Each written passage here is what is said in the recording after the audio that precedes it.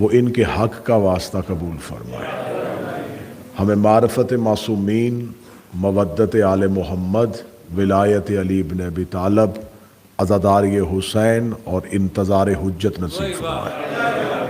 ان دعاؤں کی قبولیت کے لیے درود سارے حضرات مل کے بابا سے بلند پڑھیں، اللہم صلی علی محمد۔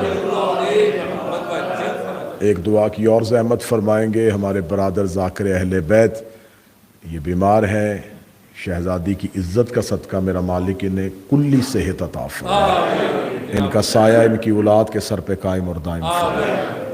اجازت ہے ذکر شروع کیا جا سکتا ہے، کیونکہ ماہ مبارک شعبان المعظم ہے تو موضوع جو ہے وہ ہمیشہ ماحول اور موسم کے مطابق ہوتا ہے۔ یہ شعبان اللہ کے مہینوں میں سے واحد مہینہ ہے جس کی تقریباً ہر رات ہی لیلۃ القدر ہے، جس کی ہر رات پہ کوئی نہ کوئی قرآن نازل ہوا ہے، جس کی یکم شعبان سے نزول انوار شروع ہوا، اور جس رات کے ہم قریب تھے وہ 15 شعبان ہے، جو ہم نے بہت تھوڑی سی ہی مدت پہلے، تھوڑے سے لمحات پہلے ہم اس رات سے گزرے ہیں۔ تو اس رات کے بارے میں یہ جملہ یہ کہوں گا کہ ایک اردو کی ضرب المثل مشہور ہے کہ امید پر دنیا قائم ہے، وہ جس امید پر قائم ہے وہی قائم ہے۔ تاج سید عزت ہے، وہ جس امید پر دنیا قائم ہے، مولا حسین، وہ جس امید پر دنیا قائم ہے اصل میں وہی قائم ہے۔ یا علی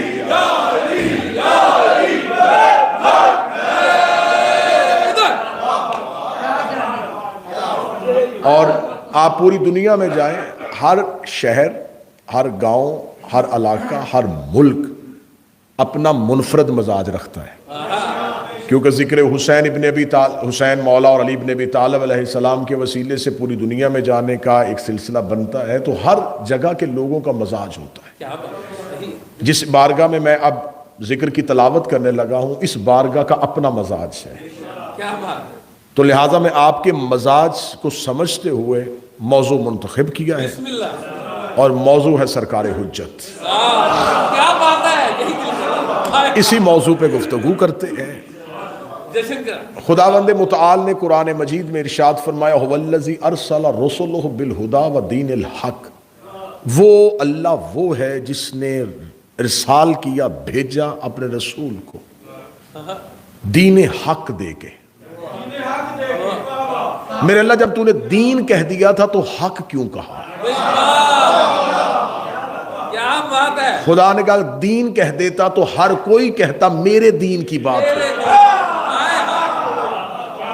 لہٰذا خدا نے کہا وہ رسول آیا ہے صرف دین لے کے نہیں، دین حق لے کے آیا، لِیُظْہِرَہُ عَلَى الدِّینِ کُلِّہ، تاکہ وہ اپنے دین کو تمام ادیان پر غالب کرے۔ وَلَوْ کَرِہَ الْمُشْرِکُونَ، چاہے یہ بات مشرکوں کے لیے ناگوار ہی کیوں نہ ہو، وہ اس بات کا برا ہی کیوں نہ منائے، لیکن وعدہ پروردگار ہے کہ ایک دن حق کا دین باقی دینوں پر غالب آئے گا۔ خدا نے کہا کہ میرا دین جو حق کا دین ہے یہ باقی دینوں پر غالب آئے گا۔ آیت قرآن میں موجود ہے، اتری رسول پہ تھی، رسول 11 ہجری 28 صفر کو دنیا سے ظاہراً چلے گئے، جاتے ہوئے رسول یہ آیت ہمیں بتا گئے کہ اللہ نے کہا ہے کہ دین دینوں پر غالب آئے گا۔ آج ہم بیٹھے ہوئے ہیں 2023 میں، آپ مجھے بتائیں کہ کیا آج دین اسلام باقی دینوں پر غالب ہے؟ کیا دنیا میں باقی دین ختم ہو گئے اور کیا ہر طرف اسلام ہی کا بول بالا ہے؟ اگر ہر طرف اسلام کا بول بالا نہیں تو نبی تو آنے کوئی نہیں،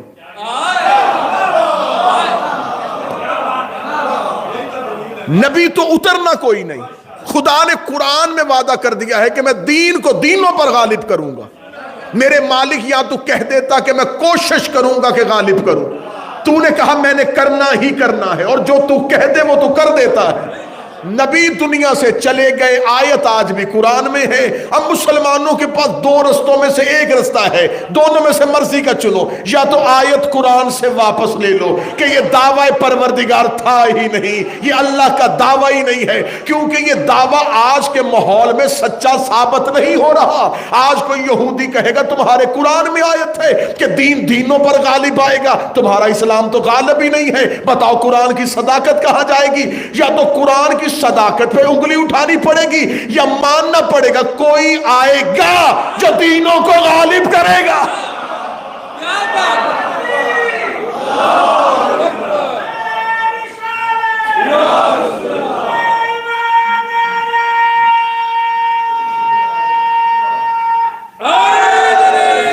کوئی اترے گا جو اس دین کو ادیان پر غالب کرے گا۔ بڑی سلجھی ہوئی سنجیدہ ترین مجلس آپ کو سنانا چاہوں گا۔ مدت کے بعد چہروں کی زیارت ہوئی ہے تو چاہتا ہوں کہ کم وقت میں زیادہ نتائج آپ کے سامنے رکھ سکوں۔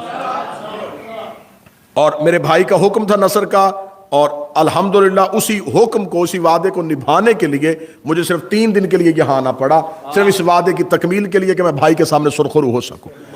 میں دین کو دیان پر غالب کروں گا، دین کو غالب کروں گا۔ اب یہ وعدہ ہے پروردگار کا، اب سارے مسلمان کہتے کہ ہوگا، اللہ نے کہا ہے تو ہوگا۔ بھئی نبی تو چلے گئے، غالب کون کرے گا؟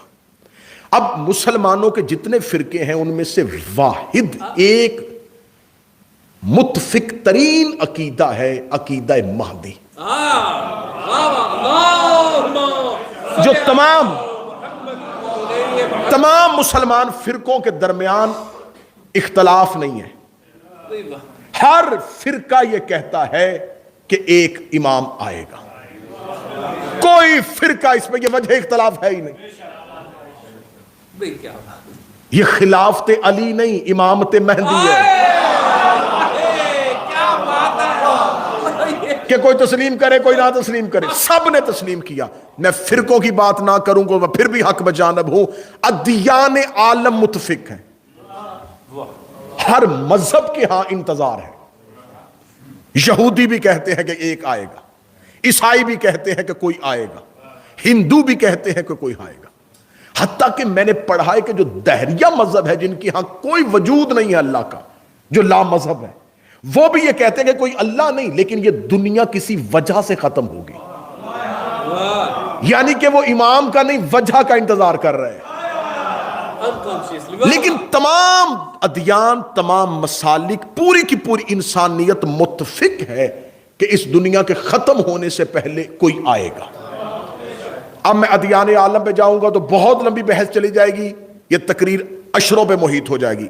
اس کو بالکل سمیٹتے ہوئے ایک مجلس پہ لے کے آنا ہے تو میں ادیان سے نکل کے اسلام کے دائرے میں آتا ہوں۔ مذہب اسلام کے جتنے فرقے ہیں، شیعہ کے علاوہ، دیکھیں میں نے کبھی بھی منبر پہ یہ نہیں کہا کہ شیعہ فرقہ ہے، یہ دشمن کا لفظ ہے، دشمن کو جچتا ہے۔ شیعہ فرقہ نہیں، شیعہ مذہب ہے۔ فرقہ کہتے ہیں گروہ کو، فرقہ کہتے ہیں کسی مرکز سے ٹوٹی ہوئی شاخ کو۔ شیعہ باقی فرقوں کی طرح فرقہ نہیں، شیعہ عین مذہب ہے، شیعہ ہی اسلام ہے۔ یہ باقی شیعت سے ہٹے ہوئے فرقے ہیں۔ شیعہ کو فرقہ نہیں کہنا، شیعہ کو فرقہ نہیں کہنا کہ ہم شیعہ فرقے سے تعلق رکھتے ہیں، نہیں، شیعہ مذہب سے تعلق رکھتے ہیں، ہم عین مذہب ہے۔ ہمارے مذہب کے علاوہ جتنے بھی فرقے ہیں ان کے ہاں بھی ہے کہ امام مہدی کا ظہور ہوگا، لیکن فرق ہے دونوں عقائد میں۔ وہ میں فرق کھول کے بیان کروں گا تاکہ 2 جمع 2 4 اور بالکل دودھ کا دودھ پانی کا پانی ہو۔ ہمارے ہاں ہے کہ وہ آ چکے ہیں اور اب ان کا ظہور ہو، ان کے ہاں ہے کہ نہیں، آنا انہوں نے ہے، کیونکہ ان کے ہاں ترمذی میں اور سیاہ میں یہ متفق ترین حدیث ہے کہ نبی نے کہا تھا کہ آخری زمانے میں میرا ایک بیٹا آئے گا جس کا نام میرے نام کے ساتھ ملتا ہوگا۔ اچھا یا رسول اللہ، اگر یہی بتانا تھا تو آپ کا تو ایک ہی نام ہے، آپ یہی بتا دیتے کہ نام کیا ہے، لیکن رسول نے یہ نہیں کہا کہ یہ نام ہوگا، فرمایا اس کا نام میرے نام سے ملتا ہوگا، اور وہی زمانے میں آئے گا اور دنیا کو عدل اور انصاف سے بھرے گا جیسے وہ ظلم اور جور سے بھر چکی ہو۔ اب یہ ان کے ہم متفق متواترہ صحیح اسناد کے ساتھ حدیث موجود ہے۔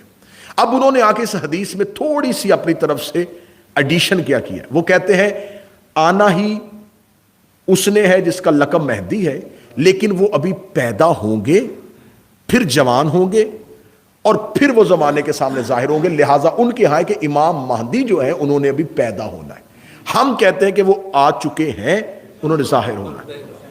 اب میں شیعہ سے نہیں، میں اپنی قوم کو دلیل دینے لگا ہوں، اور دلیل اتنی وزنی دینے لگا ہوں کہ اس میں سوال اٹھے گا ہی نہیں۔ آپ پوچھئے گا کہ آپ کے ہاں امام مہدی کا تصور ہے، وہ کہیں گے ہے، وہ دنیا میں آ چکے۔ نہیں نہیں نہیں، یہ شیعوں کا عقیدہ وہ دنیا میں آ چکے، ہمارا عقیدہ ہے کہ وہ پیدا ہوں گے۔ اچھا تو ان کا لقب کیا ہے؟ مہدی۔ تو آپ انہیں امام مہدی کہتے؟ جی ہم امام مہدی کہتے ہیں۔ تو جو پیدا ہوا ہی نہیں وہ امام کیسے؟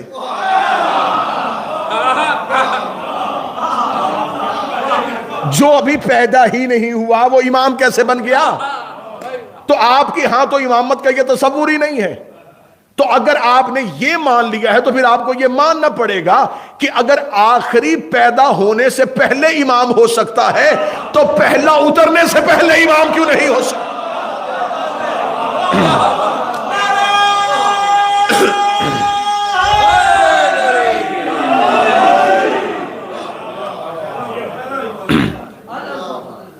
وہ یہ کہتے ہیں کہ جی وہ دنیا میں آئیں گے، دنیا میں اتریں گے۔ اب ان کے پاس جب میں نے ان کے علماء سے بحثیں کی، جب ہماری ابحاث ہوئیں تو ہم نے ان سے پوچھا کہ جب آپ کے ہاں یہ حدیث بھی ہے اور ہمارے ہاں بھی یہ حدیث ہے تو ہمارے ہاں نام بھی ایک ہے، ایک ہی نام ہے، اور یہ بھی نہیں کہ آپ کہیں کہ وہ کسی اور نسل سے ہوں گے، نسل بھی ایک، خاندان بھی ایک، ہماری مشترکات زیادہ اکٹھی ہیں، لیکن ایک چیز پہ آپ اختلاف کر رہے ہیں کہ نہیں وہ پیدا ہوں گے۔ اس کی وجہ کیا ہے؟ وہ کہتے ہیں ہمارے پاس وجہ یہ ہے کہ یہ آپ شیعوں کی بات ہے، کیسے ہو سکتا ہے کہ کوئی اتنی دیر زندہ رہے؟ لہذا طول عمر پہ ان کے پاس دلیل نہیں ہے۔ طول عمر پہ دلیل نہ ہونے کی وجہ سے انہوں نے امام کے دنیا میں آنے کا انکار کر دیا، اور خدا نے اس سے پہلے دلیل دے دی ہے۔ اب میں اس کا جواب آپ کو دینے لگا ہوں کہ جب آپ سے یہ کوئی یہ کہے کہ یہ کیسے ہو سکتا ہے کہ آپ کا امام اتنی دیر سے زندہ ہے، اتنی دیر زندہ کوئی کیسے رہ سکتا ہے؟ اب میں دلیل دینے لگا ہوں۔ نبی کے جانے کے بعد سلسلہ نبوت ختم ہوا تھا، سلسلہ ہدایت ختم نہیں ہوا۔ سلسلہ نبوت رکا تھا، سلسلہ ہدایت نہیں رکا تھا۔ اگر آخری نبی کے جانے کے بعد ہدایت کا سلسلہ بھی رک گیا تھا تو پھر نبی کے آنے کے بعد جو لوگ پیدا ہوں گے وہ اللہ سے بروز قیامت کہہ سکتے ہیں کہ میرے مالک ہمارا کیا قصور ہے، تو نے گمراہ کرنے والا تو رکھا اور ہدایت کرنے والا رکھا ہی کوئی نہیں۔ وہ جو گمراہ کر رہا تھا وہ ہمیں سر عام گمراہ کر رہا تھا، اور ہم دائیں بائیں دیکھ رہے تھے، کوئی ہدایت کرے، کوئی ہدایت کرے، کوئی ہدایت کرے۔ جب ہم نے دنیا کے تمام مذہب اسلام کے فرقوں سے پوچھا ہمیں بتاؤ کہ گمراہ کون کرتا ہے، وہ کہتے ہیں ابلیس کرتا ہے۔ ہم نے کہا رہتا کہاں ہے کسی ایک جگہ پہ؟ کہتے ہر جگہ پہ چلا جاتا ہے۔ ہم نے کہا ہے کہاں پہ، شکل کیسی ہے؟ کہتے ہے مگر نظر نہیں آتا، ہے مگر نظر نہیں آتا، ہے مگر نظر نہیں آتا۔ یہ تو اپنے اپنے مقدر کی بات ہے، کسی کا شیطان زندہ ہے، کسی کا امام زندہ ہے۔ کسی نے شیطان کی غیبت کو مان لیا اور امام کی غیبت کو نہ مانا۔ یہ عدل الہی کے خلاف ہے کہ وہ کوئی گمراہ کرنے والا تو رکھے اور ہدایت کرنے والا نہ۔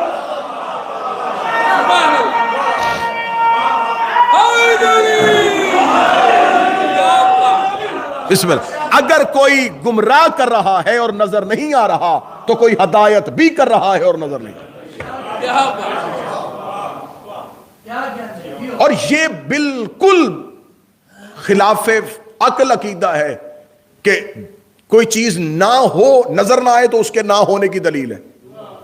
کسی کا نہ نظر آنا اس کے نہ ہونے۔ مذہب اسلام کی 98% عقائد وہ ہے جو نظر نہیں آ رہا ہے۔ تمہارا اللہ ہے، تمہیں جنت میں جانے کی خواہش ہے، تمہیں جہنم کا خوف ہے، تمہیں فرشتوں پہ یقین ہے، تمہیں کوثر پہ پہنچنا چاہتے ہو، تو تمہارے اسلام میں تو عقائد کثرت کے ساتھ وہ ہیں کہ جو ہیں اور نظر نہیں آ رہے. وہ نہ نظر آنے والے سارے عقائد مان کے تم مسلمان ہو. اب آئیے, یہ تو بھی میں نے 2 دلیلیں دینی تھی کہ اگر آپ سے کوئی دشمن سوال کرے تو آپ کے پاس یہ جواب موجود ہونا چاہیے. اب آئیے کہ کیا اسلام میں رسول کے نبی کے جانے کے بعد وجود امامت ضروری ہے؟ میں تقریر کو 5 حصوں میں تقسیم کرنے لگا. وجود امامت, ضرورت امام, معرفت امام اور تقاضا امام. ایک حصہ میں نے مکمل کر دیا. اب آئیے پہلے اگلے حصے کی طرف بڑھتے ہیں کہ کیا زمین پہ امام کی ضرورت ہے کہ نہیں. زمین پہ امام, ہر دور میں زمین پہ اس کا کوئی نمائندہ ہونا ضروری ہے. یہ زمین جو ایک گولا ہے, اس کے اندر اس کا ایک نمائندہ یہاں ہونا ضروری ہے, کیونکہ وہ خدا ہے اور وہ ہم میں اتر نہیں سکتا. اس کا کام ہے ہدایت پہنچانا. اس کا کوئی نہ کوئی نمائندہ یہاں ہونا ضروری ہے, اور جسے وہ نمائندہ بناتا ہے اسے مکمل اختیار دیتا ہے, اختیار پورا دیتا ہے. اختیار کی میں بات بالکل اتنی آسان مثال دوں گا کہ آپ کو جب تک مثال یاد رہے گی نتیجہ ساتھ یاد رہے گا. میں نے چاہا کہ میں برطانیہ جانے کے لیے کوئی ایسا طریقہ کار اختیار کروں کہ میں برطانیہ پہنچوں. میں نے یہاں کے کوئن آفس میں خط لکھا کہ مجھے بلوائیں. میں نے یہاں کے پرائم منسٹر کو میل کی, یہاں کے جتنے بھی ممبر آف پارلیمنٹ ہیں ان کو میل کی. میں تھک گیا. میں نے ایک پڑھے لکھے سے پوچھا کہ یار میں ان کے جتنے بھی صاحب اقتدار لوگ ہیں میں ان کو خط لکھ رہا ہوں, وہ مجھے بلا نہیں رہے. انہوں نے کہا تیرا طریقہ ہی ٹھیک ہے.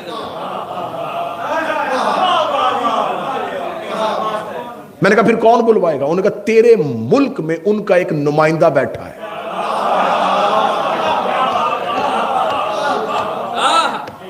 تو اس کے پاس جا. میں نے کہا وہ نمائندہ وہ مجھے اس ملک میں بھیج دے گا؟ انہوں نے کہا بھیج دے گا.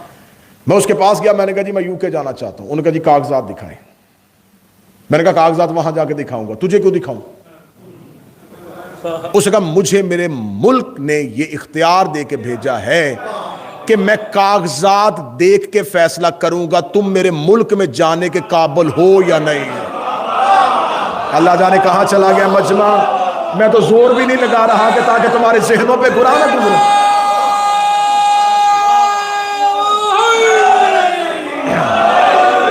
کیا تو ہمارے ملک میں جانے کے قابل ہے کہ نہیں ہے؟ اپنا ٹریول ریکارڈ لگا. کسی ملک نے تیرا ویزا ریفیوز تو نہیں کیا؟ اگر کیا ہے تو کسی وجہ سے کیا ہوگا. وہ وجہ بتا کیوں کیا تھا. اپنی پوری ہسٹری ہمیں بتا, کہاں کہاں گیا تھا. میں نے کہا اتنے کاغذات تو فیصلہ کرے گا؟ اس نے کہا میں فیصلہ کروں گا. میں نے کہا میں تو اسے فیصلہ کرواؤں گا نہیں. اس نے کہا جا کے دکھا. میں نے کہا میرے پاس ڈگریاں ہیں, میں نے ادیب عربی کیا, میں نے فاضل عربی کیا, میں نے اسلامیات میں ماسٹر کیا, میں نے کامرس میں بیچلر کیا, میرے پاس اتنی ڈگریاں وہ ساری دیکھ. اس کا یہ ساری ڈگریاں میں دیکھوں گا, فیصلہ پھر کروں گا. اس کا مطلب ہے کہ کاغذ نہ یہاں کے پرائم منسٹر نے دیکھے, نہ یہاں کے صاحبان اقتدار نے دیکھے, کاغذات دیکھے وہاں بیٹھے ہوئے ان کے نمائندے نے.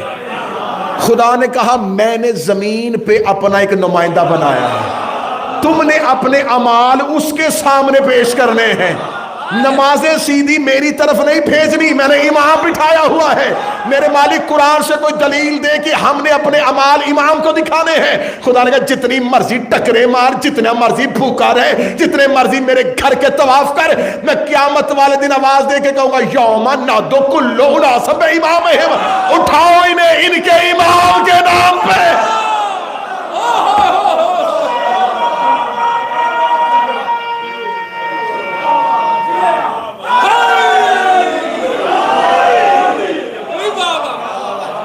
مثال اس لیے دی نتیجہ یاد رہے. مجھے اس نے کہا میں کاغذات دیکھوں گا. اس نے کاغذات دیکھے, تمام چیزیں دیکھنے کے بعد اس نے فیصلہ کیا ہاں ٹھیک ہے. اس نے مجھے ویزا دے دیا. میں نے وہ پوری کی پوری فائل پکڑی اور میں سیدھا ایئرپورٹ پہ چلا گیا. میں انہوں نے جا کے کہا یہ میری فائل، میں یو کے جانا چاہتا ہوں۔ انہوں نے اتنے زیادہ کاغذات دیکھے، یہ کیا سب کچھ؟ میری ڈگریاں، اس کے ڈگریاں چھوڑ، پاسپورٹ کدھر ہے؟ میں نے کہا پاسپورٹ کی کیا ضرورت ہے؟ ڈگریاں نہیں بتا رہی کہ میں قابل ہوں۔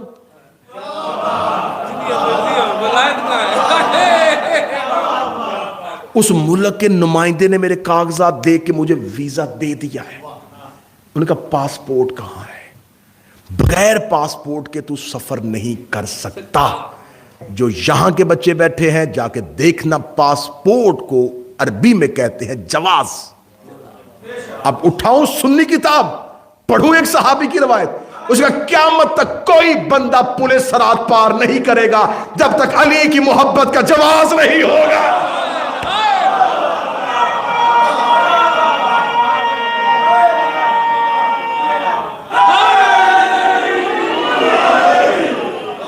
زمین پر امام کی ضرورت ہے۔ امام کی ضرورت اس لیے ہے کہ ہم نے اپنے اعمال ڈائریکٹ اللہ کو نہیں دینے، ہمارے اعمال جانے ہیں امام کی بارگاہ میں، اور وہ بھی نعمتیں ڈائریکٹ نہیں دیتا،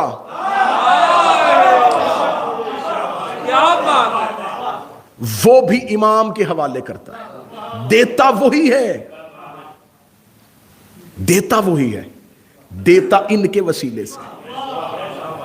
لہذا امام جو ہے وہ صرف ہماری مجبوری کا نام نہیں، توحید کو بھی ضرورت ہے امام کی۔ امامت ضرورت انسان نہیں، ضرورت توحید ہے۔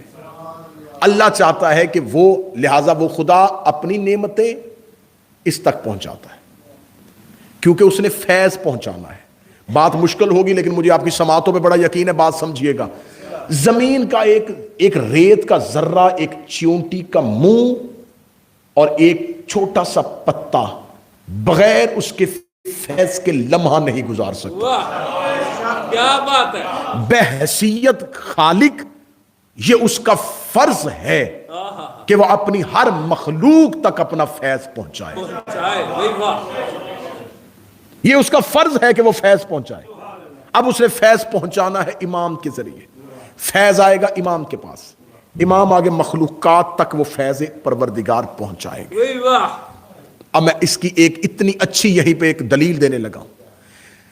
میں آپ کو ابھی مجلس پڑھتے ہوئے جب خطیب یا ذاکر کہتا جی درود پڑھیں، آپ کیا درود پڑھتے ہیں؟ اللہم صلی علی محمد وعلی۔ یہ درود ہم نے کہاں لیا؟ اس قرآن سے۔ قرآن سے حکم کہاں آیا؟ خدا قرآن میں کہتا ہے ان اللہ و ملائکۃ یصلون علی النبی یا ایھا الذین آمنوا صلوا علیہ وسلموا تسلیما۔ بے شک صلی علی محمد وعلی، بے شک میں اللہ اور میرے ملائکہ، میں اللہ بھی درود پڑھتا ہوں۔ چھوٹی جنتری سے لے کے بڑی کتاب صحیفہ سجادیہ اٹھا کے دیکھ رہا، اس میں لکھا درود عبادت ہے۔ سب کا عقیدہ ہے درود عبادت ہے، اور خدا کہہ رہا ہے کہ میں کرتا ہوں۔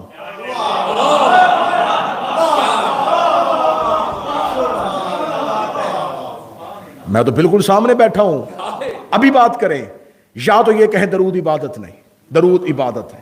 خدا کہتا میں کرتا ہوں۔ میرے مالک تجھے بھی عبادت کی ضرورت ہے، تو معبود ہے، تیری ہوتی ہے، تیری تو ہوتی ہے۔ اگر ہم یہ عقیدہ رکھیں گے کہ وہ عبادت کرتا ہے تو یہ ماننا پڑے گا وہ کسی کی کرتا ہے، جس کی کرتا ہے وہ کوئی اللہ ہے، پھر اللہ دو ہو جائیں گے۔ اللہ بھی ایک رکھنا ہے، آیت بھی ماننی ہے، درود بھی پڑھنا ہے۔ تینوں چیزوں میں سے چھٹی کسی چیز میں نہیں ہونی۔ اللہ بھی ایک ماننا ہے، آیت بھی قرآن کی ہے، درود بھی ہم نے پڑھنا ہے۔ بچنے کا رستہ کہاں ہے؟ دلیل کہاں ہے؟ خدا کہتا ہے ان اللہ و ملائکۃ، میں اور میرے فرشتے پڑھتے ہیں، تم بھی پڑھو۔ ایسا ہی ہے یہ آیت۔ ہم نے اس آیت کے تناظر میں خدا نے کہا تم پڑھو، ہم نے آگے سے کیا پڑھا؟ اللہم صلی علی محمد وعلی۔ ترجمہ کرواؤ، ترابی صاحب سے کرواؤ، کسی عالم دین سے کراؤ۔ خدا نے کہا درود پڑھو، ہم نے کہا اللہم صلی اللہ، اے میرے اللہ تو پڑھ۔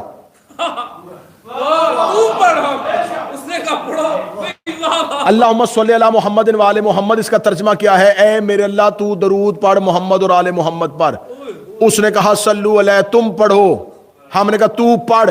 وہ کہہ رہا تم پڑھو، ہم کہہ رہے تو پڑھ، تو درود کدھر ہے؟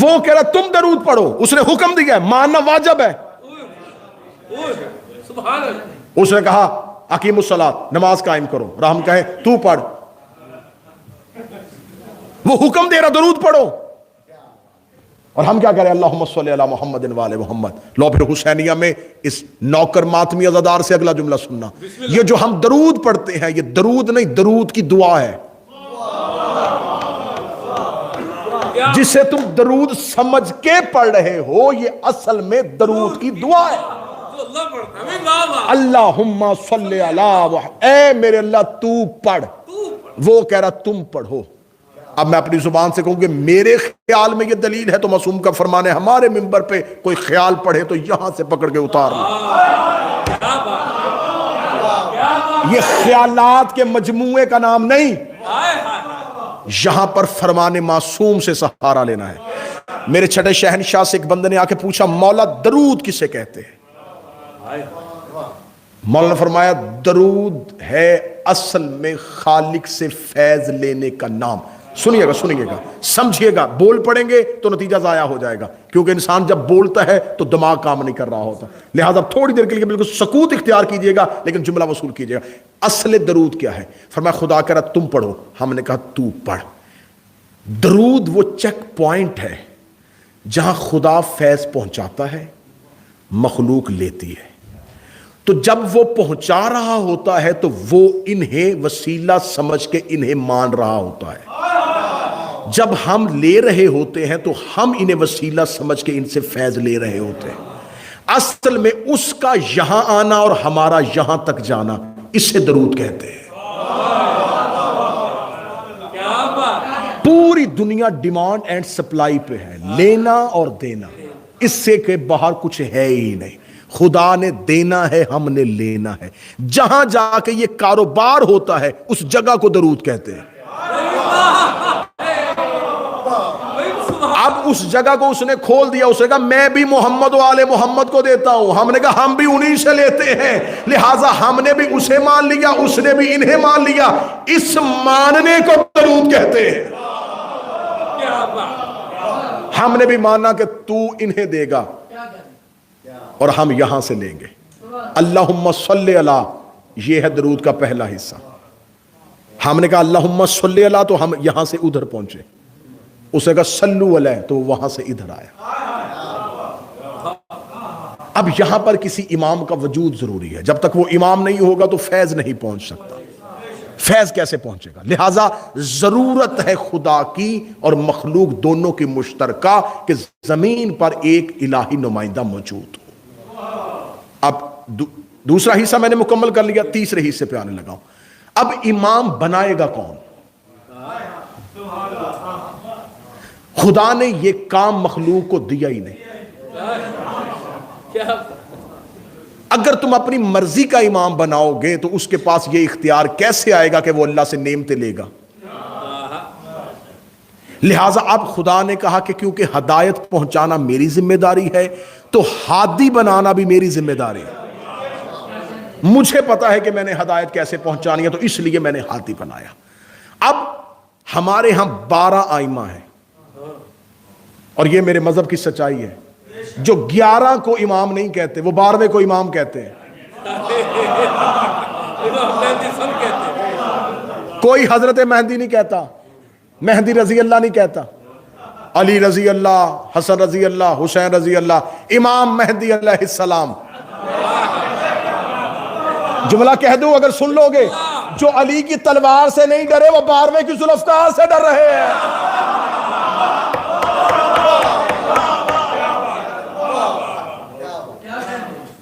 یہ ہے 12ویں کی ذوالفقار۔ چھٹے شہنشاہ کا ایک نوکر تھا، اس کا نام تھا حشام، میرے مولا اس کے شاگرد رکھتے تھے۔ اس دور میں ایک بہت بڑا مناظر مشہور ہوا، عمر بن عبیدہ، بڑا مشہور ہو گیا جی، یہ اتنی بہتر دلیل دیتا کہ کوئی اس کے سامنے منہ ہی نہیں کھولتا۔ عمر بن عبیدہ نے چھٹے امام کے دور میں یہ عقیدہ پھیلا دیا کہ زمین پہ امام کی ضرورت نہیں ہے، ضرورت ہی نہیں ہے امام کی، اور اس نے اپنے اس دعوے پہ دلیل کیا دی؟ اس نے کہا دیکھو نبی ختم ہو گئے، نبوت کا سلسلہ رک گیا، اور خدا نے آخری آیت بھیج دی، الیوم اکملت لکم دینکم، میں نے اپنا دین مکمل کر دیا. جب خدا نے دین مکمل کر دیا، نبی بھی مکمل کر دیے، تو اب امام کی کیا ضرورت ہے؟ جب دین مکمل ہی ہو گیا تو امام کون سا دین لے کے آئے گا؟ لہٰذا اس کی اس دلیل پہ لوگ منحرف ہو گئے اور اس کے عقیدے کے قائل ہونے شروع ہو گئے. اب عمرو بن عبیدہ جو تھا اس کا یہ فاسق عقیدہ مشہور ہونا شروع ہو گیا. اس نے امام صادق کو مناظرے کا چیلنج کر دیا. اب امام خود اس کے سامنے جاتے تو یہ امامت کی توہین تھی. امام نے کہا ہشام اس سے مناظرہ کر کے. ہشام گیا اور ہشام نے جا کے اس سے کہا کہ مناظرہ کرتا ہوں، بتا. اس نے کہا تو مجھے بتا کہ زمین پہ امام کی ضرورت کیسے ہے. میں چھٹے امام کا دور پڑھ رہا ہوں. جب اس نے کہا زمین پہ امام کی ضرورت کیسے ہے، ہشام نے کوئی کتاب نہیں اٹھائی، قرآن کی کوئی آیت، دلیلیں تھیں ہشام کے پاس. ہشام نے اگلے ہی لمحے فوراً سوال کیا. ہشام نے کہا میرا سوال کا جواب دے. تیرے جسم میں آنکھیں ہیں؟ اس نے کہا ہے. کان ہے؟ زبان ہے؟ ہاں بالکل ہے. ہاتھ ہے؟ پاؤں ہے؟ ان سے کرتا کیا ہے؟ عمرو بن عبیدہ نے کہا آنکھوں سے دیکھتا ہوں، کانوں سے سنتا ہوں، زبان سے چکھتا ہوں، ناک سے سونگھتا ہوں، ہاتھ سے چھوتا ہوں، پاؤں سے چلتا. اس نے کہا یہ تیرے جسم کے جتنے بھی اعضاء یہ کام کر رہے ہیں، ان سے یہ کام کرواتا کون ہے؟ آنکھ اپنی مرضی سے ہلتی ہے؟ اس نے کہا نہیں، میرا دل چاہتا ہے تو آنکھ کھولتا ہوں، میرا دل چاہتا ہے تو کچھ کھاتا ہوں، میرا دل چاہتا ہے تو کچھ سنتا ہوں، میرا دل چاہتا ہے تو میں چلتا ہوں، میرا دل چاہتا ہے تو میں ہاتھ کو حرکت دیتا ہوں. ہشام نے فوراً کہا کہ جب تیرے جسم میں اتنے اعضاء ہیں تو یہ اپنی مرضی سے حرکت کیوں نہیں کرتے؟ اس نے کہا اس لیے کہ دل ان تمام اعضاء کا حاکم ہے، دل کی حکومت ہے ان اعضاء پہ، دل ان کو کنٹرول کرتا ہے. ہشام اٹھے، اپنی ابا اپنے کاندھے پہ لی اور لے کے کہا اتنا سب بدن بغیر حاکم کے نہیں چلتا، اتنی بڑی کائنات بغیر امام کے کیسے چل رہے؟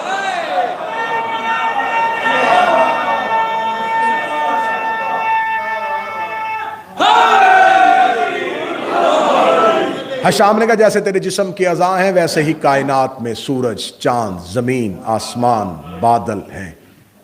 ان میں سے نہ سورج اپنی مرضی سے طلوع ہو سکتا ہے نہ چاند. اگر یہ ساری چیزیں بغیر کنٹرول کرنے والے کے ہوں اور انہیں اپنا اختیار دے دیا چاہے تو جب جی چاہے سورج آ جائے، ادھر سے چاند چل پڑے، سورج اور چاند اکٹھے ہو جائیں، تو یہ نظام کیسے چلے گا؟ کوئی ہے جو سورج کو حکم دیتا رک اب، چاند کو حکم دیتا اب آ، بادل کو حکم دیتا اب برس، زمین کو حکم دیتا ہے اب اناج دے. امام نے فرمایا جیسے تیرا دل تیرے اعضاء کو حکم دیتا ہے ویسے ہی میرا امام کائنات کو حکم دیتا ہے. ہشام کی دلیل اتنی مضبوط تھی، عمرو بن عبیدہ خاموش ہوا. ہشام مناظرہ جیتا، امام کی بارگاہ میں گیا، قدموں پہ ہاتھ رکھے، مولا مناظرہ جیت گیا. امام نے کہا مجھے بتاؤ جو دلیل دے کے آیا ہے پڑھی کہاں سے تھی؟ کیا لگا مولا تیری عزت کی قسم نہ پڑھی نہ سنی. امام نے کہا دی کیسے؟ اس نے کہا جو ہی اس نے سوال کرنا شروع کیا میں نے آنکھیں بند کر کے کہا میرا مولا میری مدد کرنا. میں نے اتنا کہا جواب میری زبان سے شروع ہو گیا. امام نے کہا قسم ہے اس پروردگار کی جسے مجھے سچا امام بنایا ہے، جو ہی تو نے مجھے پکارا تھا روح القدس نے یہ جواب تیری زبان پہ ایسے جاری کیا جیسے خدا نے قرآن میں توحید کے منکروں کو جواب دیا.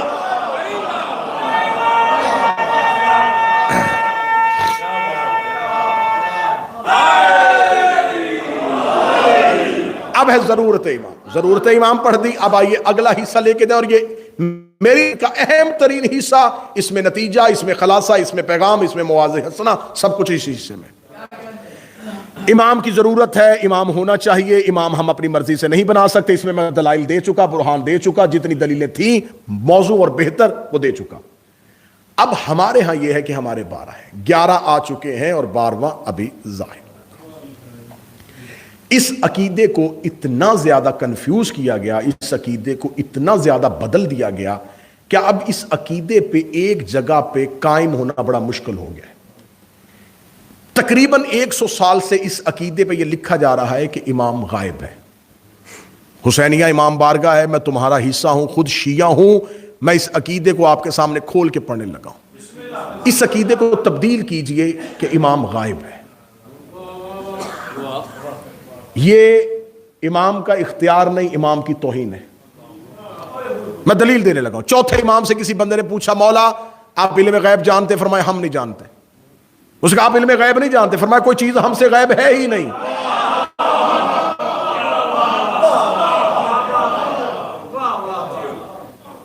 اگر پاکستان کے تعلیمی نصاب کو آپ نے دیکھا ہوا ہے تو انگلش تعلیمی نصاب میں بھی یہ ہوتا ہے متضادات، اپوزٹ. دن، سورج، مشرق، حاضر، غائب جو ہے وہ حاضر کا متضاد ہے. جو چیز غائب ہوتی ہے وہ حاضر نہیں ہوتی. لفظ بڑا بہترین دینے لگا ہوں، بڑا ہی بہترین دینے لگا ہوں، اس کو وصول کیجئے گا. امام کا حضور ہو چکا ہے، ظہور باقی ہے. امام حاضر ہے، ظاہر نہیں. ایک عقیدہ یہ رکھنا ہے آج کے بعد، یہ نہیں کہنا کہ ہمارا امام غائب ہے. امام حاضر ہے، ابھی ظاہر نہیں. جیسے 13 رجب کو علی ظاہر ہوئے تھے پہلے سے، 17 ربیع الاول کو رسول ظاہر ہوئے تھے، 3 شعبان کو حسین ظاہر ہوئے. ان کا ظہور باقی ہوتا ہے، حضور موجود ہے. اگر وہ حاضر نہیں تو ہماری دعائیں کون سنتا ہے؟ حاضر نہیں تو نظام کائنات کون چلا رہا ہے؟ لہٰذا یہ عقیدہ تبدیل کے امام حاضر نہیں، حضور ان کا ہے، ظہور نہیں. پھر آپ یہ کہتے ہیں کہ جی کتابوں میں لفظ غائب نہیں ہے، غیبت ہے. غائب اور غیبت میں بڑا فرق ہوتا ہے. اور یہ غیبت بھی ان کی طرف سے نہیں، ہماری طرف سے. غیبت کا پردہ ان کے چہرے پہ نہیں، ہماری آنکھوں پہ ہے. یہ کہہ دینا کہ امام ابھی موجود نہیں ہے، امام ابھی آئے نہیں ہیں، امام ہے نہیں. اب ہم سے جواب پوچھنے والے ہمارے عقیدے کے کہتے تمہارا امام ہے تو وہ سامنے کیوں نہیں آتا؟ اس امام کا کیا فائدہ جس سے سوال ہی کوئی نہ پوچھا جا سکے؟ اس امام کا کیا فائدہ جس سے بات ہی نہ کی جا سکے؟ جب نبی نے مکہ چھوڑا، ہجرت کی، تو رسول سیدھا مدینے نہیں آئے. شیعہ سنی تمام کتابیں کہتی ہیں رسول پہلے غار میں رکے جس کا نام غار ثور. جو مکے کے مشرک تعاقب کر رہے تھے وہ تعاقب کرتے کرتے غار کے دہانے پہ پہنچے. جب وہ غار کے بالکل منہ پہ پہنچے تو خدا نے قدرت کے ساتھ وہاں پر ایک بیری کا درخت پیدا کیا. مکڑی نے جالا بن دیا، کبوتری نے گھونسلے میں انڈے رکھ دیے. مشرک جب پہنچے انہوں نے وہ 3 چیزیں دیکھی، انہیں یقین ہو گیا اس میں محمد نہیں. کیوں؟ انہوں نے کہا اتنی جلدی بیری کا درخت، مکڑی کا جالا، کبوتری کے انڈے، یہ اس بات کی دلیل ہے اس کے اندر کوئی نہیں. یہ کون تھا؟ اپنے دور کا پہلا محمد. پہلا محمد 3 دنیاوی پردوں کے اندر گیا اور مشرکوں نے نہیں پہچانا. میں جملہ پھر واپس لینے لگا اور پھر بدل دینے لگا ہوں. پہلا محمد 3 دنیاوی پردوں میں چھپ جائے تو مکے کے مشرک نہیں پہچانتے. آخری محمد توحید کے حجابوں میں چھپ جائے تو آج کے منکر کیسے پہچان سکتے؟ کیا بات ہے! اللہ اکبر! یا رسول اللہ!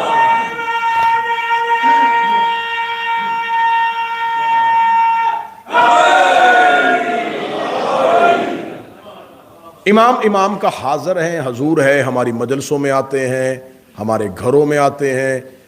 شب جمعہ قبر حسین پہ ہوتے ہیں، جمعہ نجف ہوتے ہیں، بیت اللہ کا طواف کرتے ہیں، مسجد جمکران میں آتے ہیں، مسجد سہلا میں ہوتے ہیں. تو اگر وہ غائب ہے تو ان جگہوں پہ کون آ رہا ہے؟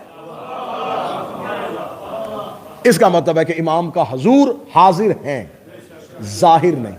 ہم ان کا حضور نہیں مانگتے، بولے میرے ساتھ، ہم ان کا ظہور مانگتے ہیں کہ وہ ظہور ہو جائے. اب ظہور میں تاخیر کیا ہے؟ اب آئیے اس اہم حصے کی طرف چلتے ہیں.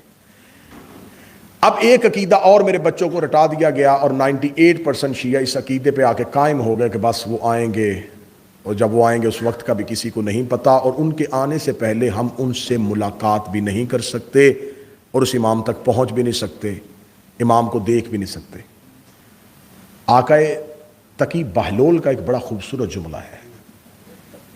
وہ یہ کہتے ہیں کہ اس آج کے دور کے شیعہ نے امام کو دیکھنا اہم سمجھ لیا ہے. انہوں نے کہا تمہیں امام کو دیکھنا زیادہ اہم نہیں, زیادہ اہم یہ ہے کہ وہ تمہیں دیکھے.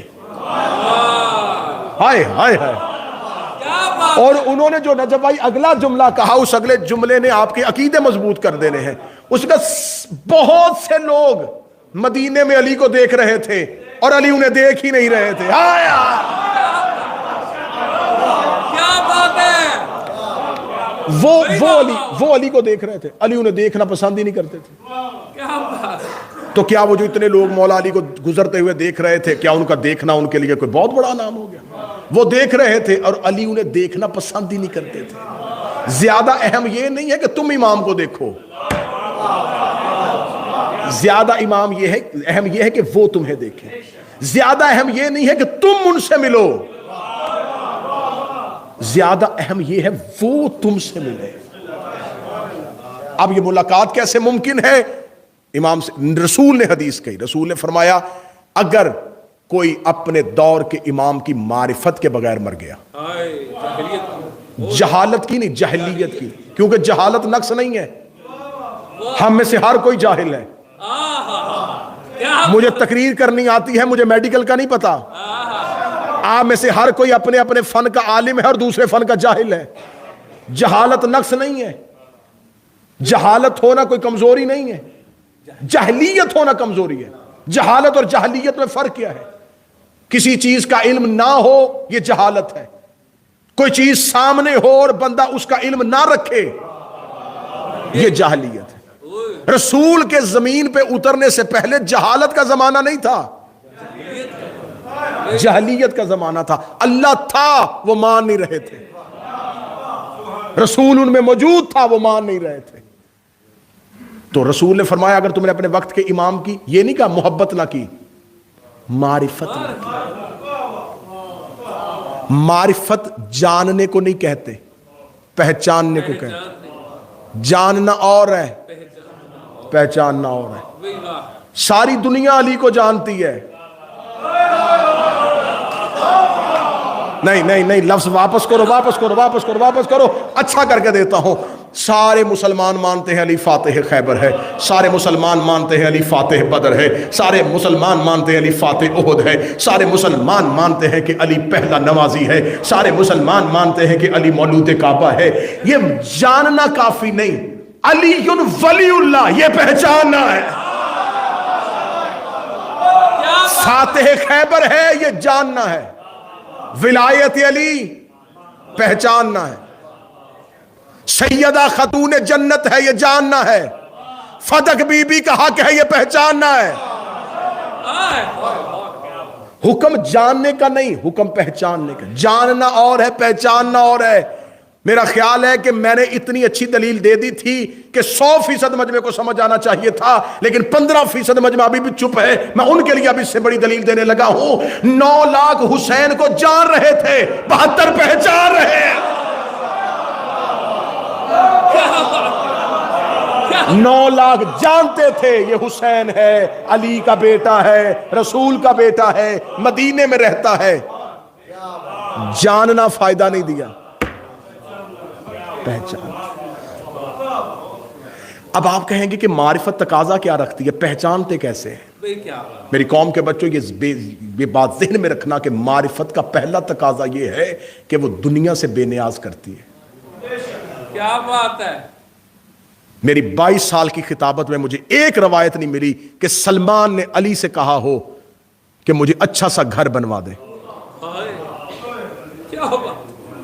مجھے کمبر کی جائیداد دکھاؤ. یہ شاہی چھوڑ کے نوکریوں میں آئے ہیں, نوکری میں آ کے بادشاہی نہیں کی. معرفت کیا ہے, معرفت سمجھانے لگا. مجھے مدینے میں سلمان کا گھر دکھائے, مجھے کمبر کی جاگیر دکھائے, مجھے فضہ کے باغات دکھائے, زمین پہ ان کی پراپرٹی دکھائے, زمین پہ ان کا امام سے مانگنا دکھائیں. حضرت ابو ذر کا نام جندب بن جنادہ تھا. ابو ذر لقب دیا تھا رسول نے. ابو ذر, ذر کہتے ہیں دولت کو, دولت کا مالک. نبی نے کہا تھا ابو ذر, اور اپنا گھر نہیں تھا. اپنا گھر نہیں تھا. اور حضرت ابوذر ایک دن مدینے کے باہر بیٹھے ہوئے اور ہاتھ میں ایک چھڑی پکڑی ہوئی ہے, اس کے ساتھ بیٹھے ہوئے. 4 لوگ قریب سے گزرے, ان میں سے ایک نے رکے یوں حضرت ابوذر کو دیکھا, کہنے لگا اسے مدینے کے لوگ ابوذر کہتے ہیں اور اس کا گھر ہی کوئی نہیں ہے. کیا فائدہ ملا تجھے علی کو ماننے سے؟ وہ دیکھ, اس نے اس کو مانا, اس نے اتنا وظیفہ دیا, اس نے اسے مانا, اس نے اس کو اس شہر کا حاکم بنا دیا, اس بندے نے اس کو مانا, اس نے اسے اتنی جاگیر دے دی. تو نے علی کو مانا, گھر بھی علی نے نہ دیا. اتنا کہنا تھا, ابوذر نے فوراً اپنی چھڑی کو اٹھایا اور اٹھا کے کہا مستغنب ولایت امیر المومنین السماء و جند الارض. علی نے ابوذر کو اتنا غنی کیا ہوا ہے, جب چاہو اس چھڑی سے آسمان زمین پہ اتار لو.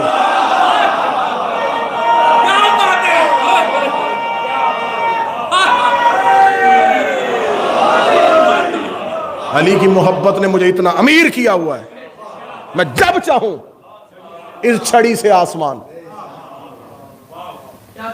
زمین پہ اتار دوں. اور علی کا نوکر جلال میں آیا تھا, یوں چھڑی اٹھائی ہے اور آسمان نے چلنا شروع کیا. زمین پہ چھڑی پھینکے کہ کہا ہے, حکم نہیں دیا. وہ یہاں زمین سے کچھ نہیں مانگتے. میں کربلا کی مقتل کا ضامن ہو کے کہہ رہا ہوں, 9 لاکھ یزیدیوں نے حسین کے نوکروں پہ پانی بند کیا تھا, ٹھیک ہے, نہ مانگتے یزیدیوں سے, نہ جاتے فرات میں کسی سپاہی سے پانی مانگنے. کسی ایک نے آ کے حسین سے نہیں کہا کہ ٹھوکر مار چشمہ نکال. مولا بند انہوں نے کیا ہے, تو نے تو نہیں کیا. وہ نہیں پلا رہے, تو تو پلا.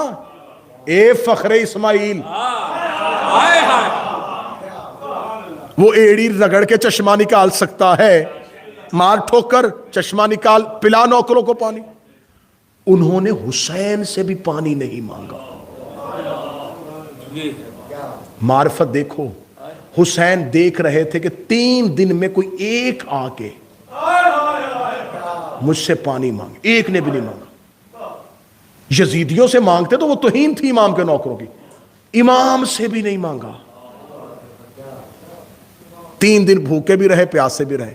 آخری امتحان امام نے شب عاشور لے لیا. مولا نے کہا ان کو بہت بڑا ٹائٹل صبح ملنا ہے, انہیں کہا جائے گا ناصر رسول, ناصر توحید, اللہ کی مددگار, اللہ کے مددگار. انہیں کہا جانا ہے علیہ السلام. ایک دفعہ ٹٹول کے دیکھ لو. حسین نے کہا جنت دوں؟ انہوں نے کہا نہیں. جو امام سے جنت بھی نہ مانگے,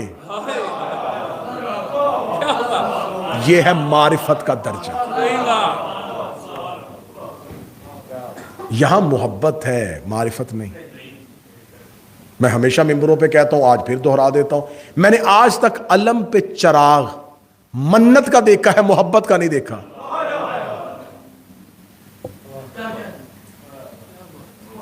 میں نے تعزیے پہ, ذوالجناح پہ سیبوں کے ہار منتوں کے دیکھے.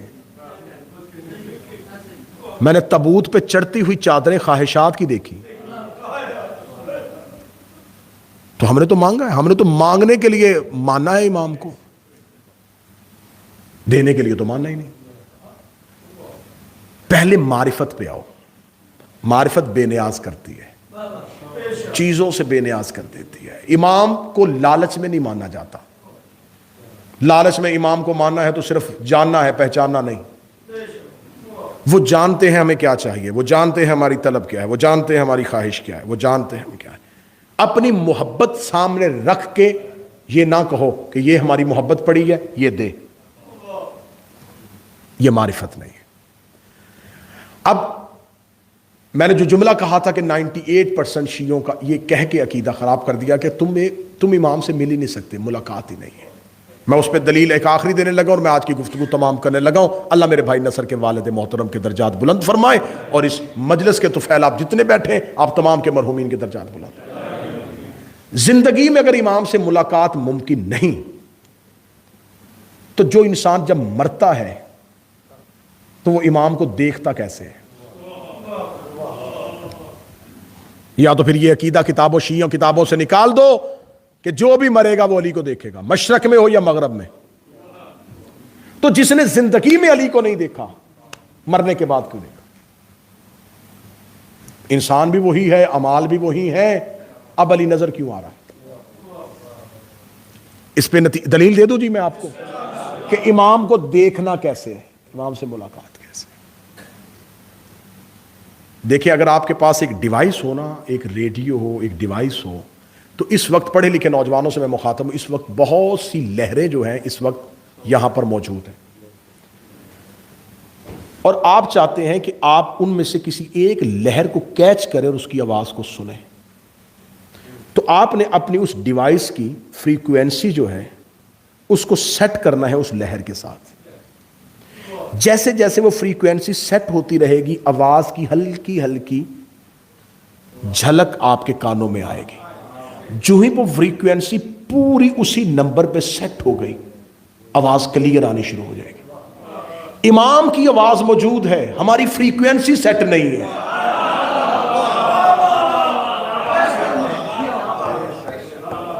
اس پہ دلیل دوں گا، اور یہی دلیل آج کی مجلس کا موضوع کا پورا نتیجہ ہے۔ ایک بندہ بھی یہاں سے عرفان لے کے اٹھا، میرا جہاں تک سفر ہوگا میری سانس بھی تسبیح بن جائے گی۔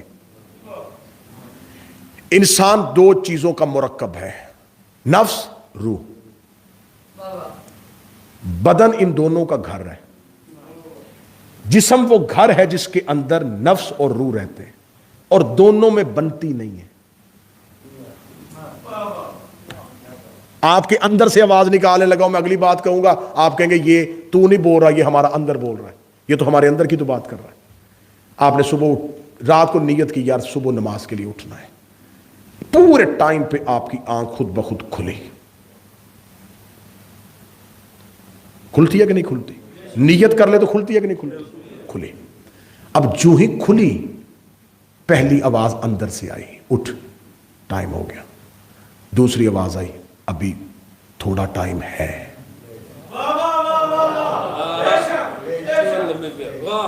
فوراً اگلی آواز آئی، پھر نیند آ جائے گی، پھر اٹھا نہیں جائے گا، پھر دوسری آواز آئی، نہیں اب اٹھ گیا ہوں۔ پھر اندر سے آواز آئی، اٹھ، ہمت کر لے، پڑھ لے نماز، ٹائم جا رہا ہے۔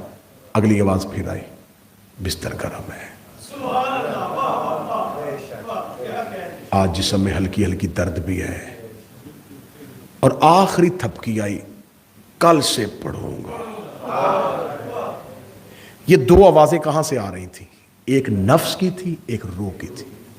نفس کو شیطان کنٹرول کرتا ہے، روح کو امام کنٹرول کرتا ہے۔ دو آوازیں آپ کے اندر تھیں، بار بار آپ نے اپنی فریکوینسی کو شیطان کی آواز پہ سیٹ کر دیا۔ جب وہ اس پہ سیٹ ہو گئی تو یہ آواز آنی بند ہو گئی۔ جب وہ امام کی آواز آنی بند ہو جاتی ہے تو پھر انسان کو گناہ کرتے بھی خوف نہیں آتا، کیونکہ روکنے والی آواز ہی نہیں، وہ شرمندہ کرنے والی آواز ہے ہی نہیں۔ آواز وہی ہے جو طاقت دے رہی ہے، کچھ نہیں ہوتا، جوان آدمی ہے، ہو جاتی ہیں، خیر ہے، بڑی زندگی پڑی ہے معافیاں مانگنے کے لیے۔ یہ آواز اندر سے یہ نفس کی تھی۔ میری قوم کے نوجوانوں، میری قوم کے بچوں، انسان کے اندر جتنی خواہشات پیدا ہوتی ہیں یہ نفس کی ہے۔ مولا علی سے کسی بندے نے کہا یا علی کو نسخہ بتائیں سکون آ جائے، فرمایا خواہشات تھوڑی کر۔ کیا نسخہ، کیا نسخہ؟ بے سکونی آتی ہے خواہشات بڑھانے سے۔ آپ میں سے جتنے بیٹھے ہیں میرے بھائی ہیں، میرے بزرگ ہیں، میرے جوان دوست ہیں، پچھلے وقت پہ جائیں، ریوائنڈ کریں اپنی لائف کو، واپس جائیں۔ جب پاکستان میں تھے اور ویزا نہیں تھا اور ویزے کے حصول کی کوششیں کر رہے تھے، اس ٹائم خواہش تھی بس ویزا مل جائے، ایک دفعہ چلے جائیں، بس چھوٹی سی خواہش ہے، گھر اپنا بن جائے، گھر والوں کی زندگی سیٹ ہو جائے، بس اتنی سی خواہش، بس اور کچھ چاہیے ہی نہیں۔ وہ جو پہلی خواہش تھی وہ چھوٹی سی خواہش بہت سی خواہشات میں بدلی۔ کیا ملٹی پلائی ہوتی ہے۔ چھوٹا گھر نہیں، اب بڑا ہونا چاہیے، بڑا لے لیا، 7 والا پلاٹ بک رہا ہے، گاڑی چھوٹی ہے بڑی ہونی چاہیے, دکان ایک ہے 2 ہونی چاہیے, کاروبار بڑھانا چاہیے. یہ خواہشات تھی نفس کی. کچھ خواہشات وہ تھی جو ہمارے ساتھ جڑے ہوئے لوگوں نے اپنے مطالبات کی صورت میں ہمارے اندر پیدا کی. میں بالکل یہ 2 + 2 4 میں کوئی کتاب کوئی طبع مصر تو پڑھ کوئی نہیں رہا, یہ تو آپ کا اندر پڑھ رہا ہوں, میں اندر پڑھ رہا ہوں, ہر ایک کا اندر پڑھ رہا ہوں, اپنا اندر پڑھ رہا ہوں, ہر ایک کا اندر پڑھ رہا ہوں. بہت سے ایسے مطالبات ہوتے ہیں جو ہماری خواہشات بڑھا دیتے ہیں. مثلا میں آپ کی معاشرے کی بات کر رہا ہوں, آپ جس معاشرے پہ رہ رہے ہیں, آپ نے کہہ دینا چلے بس اب سکون ہو گیا, الحمدللہ گھر ہو گیا, جاب ہو گئی, بن گیا اپنا, بس ٹھیک ہے. پیچھے سے کال آ گئی, وہ چاچے کے بیٹے نے 2 ایکڑ خرید لی ہے, 4 نہ ہو تو رہتی نہیں ہے یا نہیں ہے. ان کے پاس وہ گاڑی ہے, ہمیں بار بار تانے ملتے ہیں تمہارا بیٹا بھی UK ہوتا ہے, تمہارے پاس گاڑی بھی اچھی کوئی نہیں ہے. اب خواہش, نفس خواہشیں پیدا کرتا رہا, روح کو بولنے کا موقع نفس نے دیا ہی نہیں. نفس نے اتنا تھکا دیا جسم کو. خوبصورت جملہ کہنے لگا ہوں, اردو ادب جاننے والوں کے لیے کہنے لگا ہوں, پوری تقریر بھولنا, اس جملے کو قول زری سمجھ کے یاد رکھنا. بدن وہ گھوڑا ہے جس پہ نفس خواہش کا تازیانہ مارتا ہے.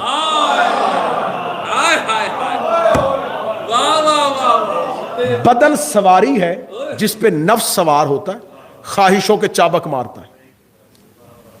بدن تھکتا, خواہش کے پوری کرنے کے لیے یہ کر, یہ کر, یہ کر, یہ کر, یہ کر, یہ کر, اتنی خواہشوں میں مگن ہوا کہ وہ جس بدن نے خواہشوں کی تکمیل کے لیے کوشش کی, اب وہ لاغر ہو گیا, اب وہ کمزور ہو گیا, اب زیادہ کام نہیں ہوتا, اب 8 گھنٹے جاب نہیں ہو رہی, اب گاڑی نہیں چلا سکتا, اب آنکھوں کی نظر ٹھیک نہیں رہی, اب بدن بڑا خراب ہو گیا ہے, اب نیند نہیں آتی, اب بلڈ پریشر کنٹرول میں نہیں رہا, اب ہارٹ کا مسئلہ ہو گیا ہے.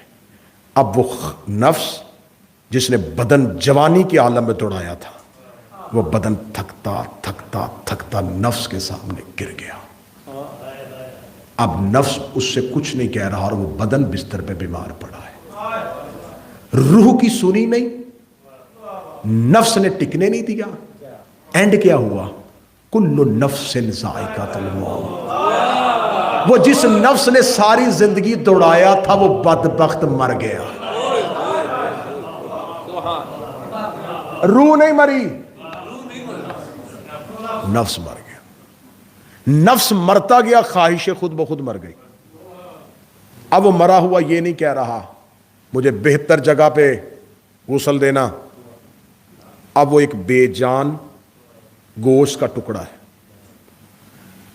امیر سے امیر بندہ بھی مر گیا تو میں نے آج تک کوئی ایسا واقعہ نہیں سنا کہ اسے گھر کے بیڈ روم میں اس کے اپنے بیڈ پہ غسل دیا گیا. وہ جس نے ساری زندگی کمایا تھا اس کے غسل کے لیے پھٹا مسجد سے آتا ہے, اور وہ مسجد میں اس نے دیا ہے جس نے باپ کے نام پہ خیرات کی ہے.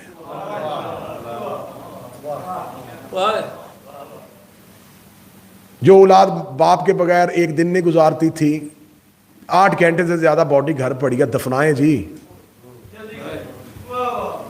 جلدی کریں. 4 کنال جگہ گھر میں بنائی تھی, 5 کنال میں گھر بنایا تھا. قبر گھر کے سین میں نہیں ہے, قبر اس کے پہلو میں ملی ہے جو ریڑھی چلاتا تھا. وہ جو پیچھے خاندان تھا, جو رشتہ دار تھے, جو اس کو ٹکنے نہیں دیتے تھے, یہ بھی کرنا, یہ بھی کرنا, یہ بھی کرنا, یہ بھی کرنا, یہ بھی کرنا, وہ کل پہ بیٹھے ہوئے کھانا بھی کھا رہے تھے اور اگلی پلاننگ بھی کر رہے تھے. دکان اب کون سنبھالے گا؟ بینک بیلنس کسی کے نام کر کے گیا ہے کہ نہیں؟ چیزیں کسی کے حوالے ہوئی ہیں کہ نہیں ہوئی؟ اب جب مرے تو امام نظر کیوں آیا؟ بس اس بات کو سمجھ لو تو پوری تقریر سمجھ لی. آج یہ کہنا امام سے ملاقات نہیں, امام کو دیکھ نہیں سکتے, امام سے مل ہی نہیں سکتے, امام تک پہنچ ہی نہیں سکتے. جو ہی مرے علی نظر آ گئے. علی اس لیے نظر آ گئے کہ نفس مر گیا, علی نظر آ گیا. نفس مر گیا، امام نظر آ گیا. مولا فرماتے زندگی میں امام دیکھنا چاہتے ہو، زندگی میں نفس مارو، امام نظر آ جائے گا. کیا بات ہے آپ یہ، مولا حسین نفس مارو، امام نظر آ جائے گا. کیا بات ہے بھائی، کیا بات. اس کا مطلب ہے کہ امام اور ہمارے درمیان جو پردہ ہے وہ نفس کا ہے. بڑی بات، بہت ہی خوبصورت بات. نفس ہمیں امام کو، جس نے نفس مارا تھا وہ امام دیکھ رہے تھے اور دیکھ رہے ہیں. جن کے پاس خواہش نہیں ہے، جن کے پاس نفس مر چکا ہے اور صرف بدن میں روح زندہ ہے، ایسے افراد زمین پہ موجود ہیں. میں ان کو جانتا بھی ہوں جو اپنی روح کو جب جی چاہے نجف لے جائیں. اسے کہتے ہیں طی الارض، زمین کے فاصلے سمیٹ لینا. کیسے ہوتا ہے میں بتا دیتا ہوں، فارمولہ دیتا ہوں. آپ سوتے ہیں، سوتے ہوئے آپ نے خواب دیکھا کہ خواب ہے ایک بازار میں آپ دوڑ رہے ہیں اور کوئی شخص آپ کے پیچھے لگا ہوا ہے. تھوڑی دیر بعد آپ کی آنکھ کھلی تو آپ کا سانس پھولا ہوا تھا. ہے کہ نہیں ہے یار؟ بولے تو صحیح. ہوا سانس پھولا ہوا، دل کی دھڑکن تیز، ہارٹ بیٹ تیز ہے، گلے میں پیاس لگی ہوئی ہے. تو آپ تو بستر کے اوپر لیٹے ہوئے تھے، دوڑے بھی نہیں. بدن پہ یہ ہارٹ بیٹ تیز کیوں ہوئی؟ یہ سانس کیوں پھولی؟ پیاس کیوں لگی؟ اس کا مطلب ہے کہ جب بدن سو گیا تھا روح نکلی. روح نے جو کیفیت لی وہ بدن کو دے دی، اور جیسے ہی روح بدن میں واپس آئی تو وہ کیفیت ساتھ لے آئی. آنکھ کھلی اور وہی کیفیت زندہ ہو گئی. اس کا مطلب کہ روح جب چاہے بدن سے نکلتی ہے، جب چاہے بدن میں آتی ہے. جب انسان سوتا ہے تو روح جاتی ہے. آپ نے جو دن بھر میں سوچا ہوتا ہے روح اس کے مطابق تعاقب کرتی ہوئی وہی کیفیت آپ کو لا کے واپس دیتی ہے. تو جس کو روح پہ کنٹرول آ گیا اس کا جب جی چاہے روح کو کہ چل نجف چلنا ہے، چل مجھے کربلا چلنا. لہذا اگر امام کے ساتھ فریکوینسی سیٹ ہو گئی تو امام کی آواز آنی شروع ہو جائے گی. اس پہ اگلا جملہ بڑا اچھا دینے لگا ہوں. پورے کوفے کی فریکوینسی سیٹ نہیں تھی، حبیب سن رہے تھے.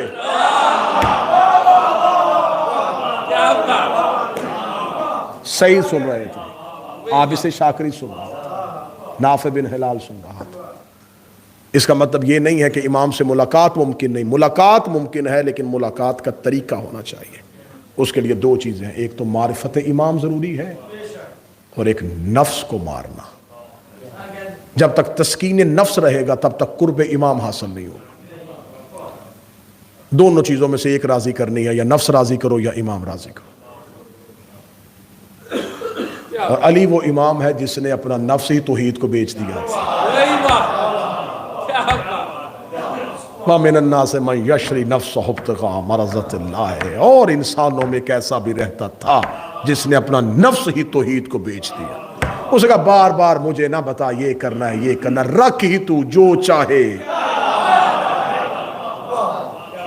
علی کرے گا وہ. جب علی نے نفس ہی بیچ دیا تو اب یہ سوال بنتا ہی نہیں کہ علی نے تلوار کیوں نہیں اٹھائی، علی فلاں سے کیوں نہیں لڑا، علی نے یہ کیوں نہیں کیا. علی کا نفس اپنے پاس ہے ہی نہیں. سوال یہ کرو اللہ نے موت کیوں نہیں دی، اللہ نے اسے مارا کیوں نہیں. کیونکہ علی کا نفس اللہ کا نفس ہے. علی ہے نفس اللہ. اور یہ کائنات میں واحد ہے جو ایک وقت میں نفس اللہ بھی ہے اور نفس محمد بھی ہے.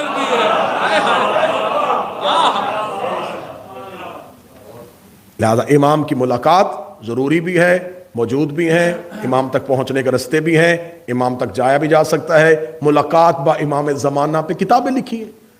حسن ابتہی کی 2 جلدوں پہ کتاب ہے، اردو میں ٹرانسلیٹ ہو چکی ہے. ملاقات با امام زمانہ، کن کن لوگوں نے کن کن حالات میں کیسے کیسے سرکار صاحب العصر سے ملاقات کی.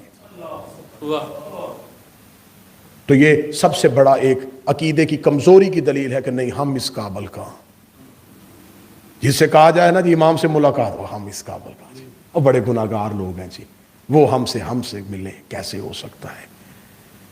تو اگر وہ تمہیں گناہوں کی وجہ سے مل نہیں رہے تو تمہارے گناہوں کی وجہ سے اپنی محبت کیوں دے رہے ہیں؟ مولا نے فرمایا شیطان تمہارے دل میں جو مجھ سے دور کرنے کے لیے پہلا وہم پیدا کرتا ہے وہ یہ ہے کہ کہاں وہ کہاں ہم.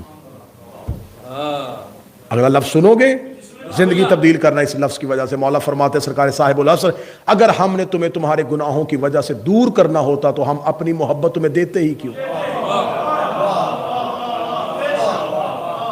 یہ محبت تم نے پیدا نہیں کی، ہم نے دی ہے. اس کا مطلب ہے کہ محبت ہماری طرف سے شروع ہوئی ہے، تم نے ہم سے بعد میں محبت کی ہے، ہم نے تم سے پہلے محبت کی. ہم تم سے محبت نہ کرتے تو عزادار ماں کے گھر میں کیوں اتارتے، عزادار باپ کی نسل میں کیوں پیدا کرتے.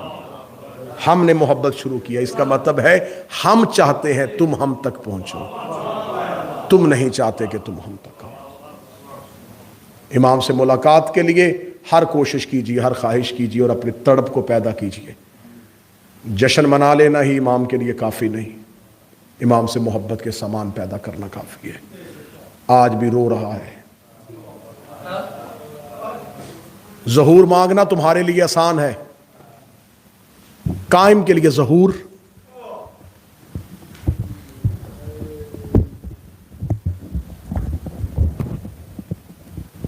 میرے آقا و مولا چاہتے ہیں جلد از جلد ظہور ہو.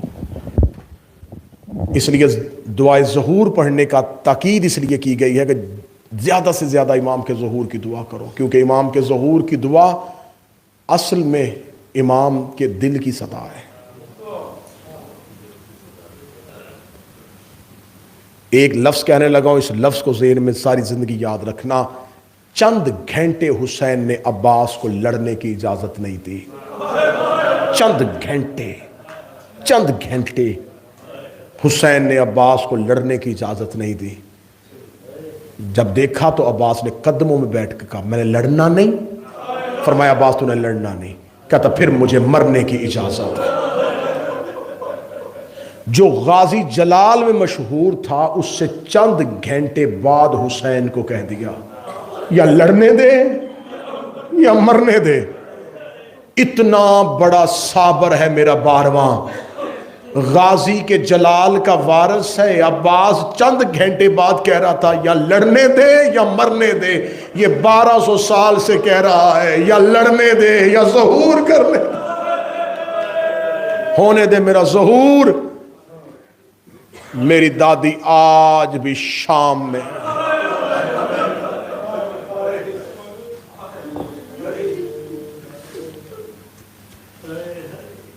سیدوں کا قبرستان ایک جگہ پہ نہیں،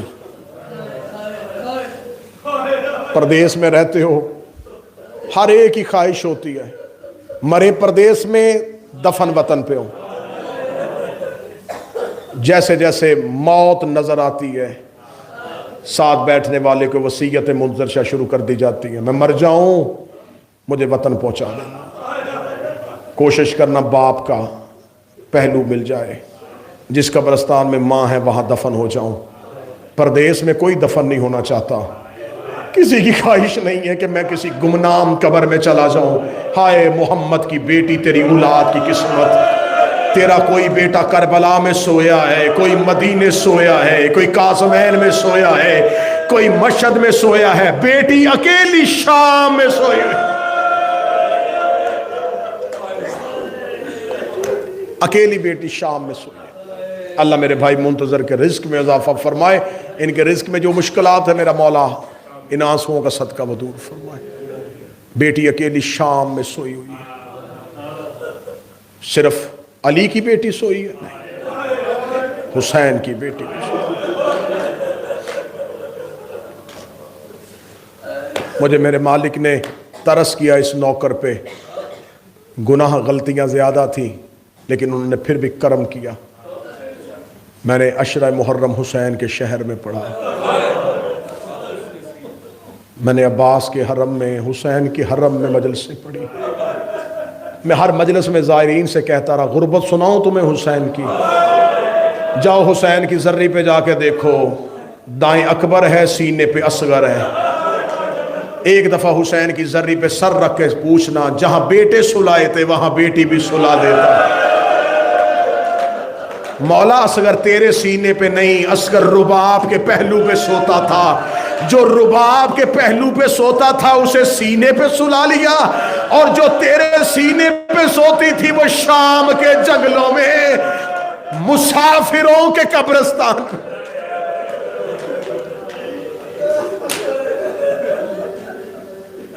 بڑا مصائب ہے 12ویں کی غیبت۔ اگر تم نے 12ویں کا مصائب پڑھنا ہو نا، 12ویں کا مصائب زیارت ناہیہ پڑھنا۔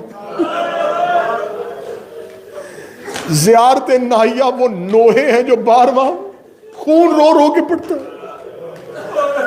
میرا 12واں اس نوحے میں کہتا ہے، میں اگر اجازت دیں تو میں 2 نوحے کی سطریں پڑھوں۔ میرا 12واں کہتا ہے، میرے اللہ میرا سلام ہو میرے اس دادے پہ جو بھاگتے گھوڑے کی زین سے گر گیا۔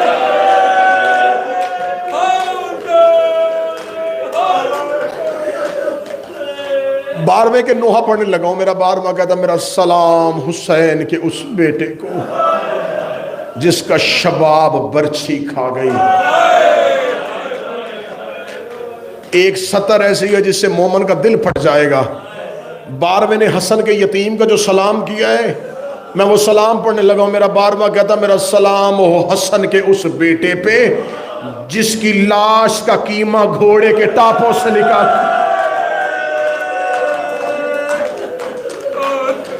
میرا سلام میری اس دادی پہ جس کے ہاتھ پسے گردن باندھے گا۔ یہ نوحہ تم سن کے رو رہے ہو، وہ پڑھ کے کتنا روتا ہو۔ ہمارے شیعہ مذہب کا بہت بڑا نام تھے آیت اللہ آقا مرعشی نجفی۔ آج بھی کم میں ان کی لائبریری ہے، زائرین وہاں جاتے ہیں کتابیں دیکھتے ہیں۔ مرعشی نجفی کی لائبریری میں ایک کتاب ہے مکاشفات مرعشی۔ مرعشی کے وہ مکاشفات جو انہوں نے کشف اپنی زندگی میں کیا تھا، آئمہ سے ملاقات کی تھی، وہ جو اماموں سے ملاقات کی اس کے واقعات اس میں انہوں نے لکھے ہیں۔ وہ قلمی نسخہ ہے، پرنٹ نہیں ہوا، ہاتھ سے لکھا ہوا ہے۔ اس میں جو حصہ ہے نا مکاشفات مہدی، کہ جب امام زمانہ سے ملاقات کی تو کیا مکاشفہ کیا، اس میں انہوں نے کہا جب میں نے 12ویں سے ملاقات کی تو میں نے دیکھا میرا شہنشاہ مصلی عبادت پہ اور مٹھی بند تھی۔ امام تھوڑی دیر بعد ہاتھ کو کھولتے اور آنکھوں سے خون جاری ہو جاتا۔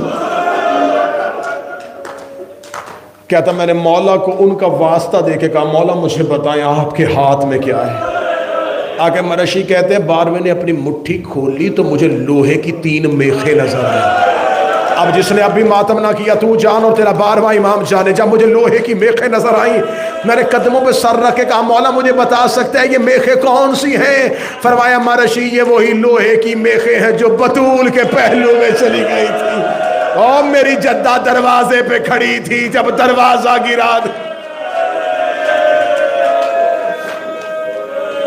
کتنا روتا ہے کربلا جا کے، کتنا روتا ہے شام جا کے، کتنا روتا ہے میرا 12واں کربلا کے صحراؤں میں۔ جو کربلا کے زائر بیٹھے بس آخری روایت پڑھ کے ممبر چھوڑنے لگا ہوں، آخری روایت سننا۔ کربلا جانے والے زائرین میری گواہی دینا، کربلا میں جہاں پر حرم حسین، حرم ابو الفضل العباس، مقام علی اکبر، مقام علی اصغر، ٹیلہ زینبیہ، خیمہ گاہ، وہاں پر ایک زیارت ہے مقام صاحب الزمان۔ فرات کا کنارہ ہے، دریا فرات کا کنارہ، وہاں مسجد مقام صاحب العصر والزمان۔ علماء کہتے ہیں یہ وہ جگہ ہے جب 12واں کربلا آتا ہے، اس جگہ پہ 12واں رکتا ہے۔ یہاں سے میرے آقا قبر حسین کی طرف پیدل چلنا شروع کرتے ہیں۔ وہ جو روڈ ہے، وہ جو سڑک ہے، اسے کہتے ہیں شاہراہ سدرہ۔ سدرہ کہتے ہیں بیری کو۔ قبر حسین پہ ایک بیری کا درخت تھا جس کی چھاؤں میں تھی حسین کی قبر۔ ظالم متوکل کے دور میں وہ بیری کاٹ دی گئی تھی۔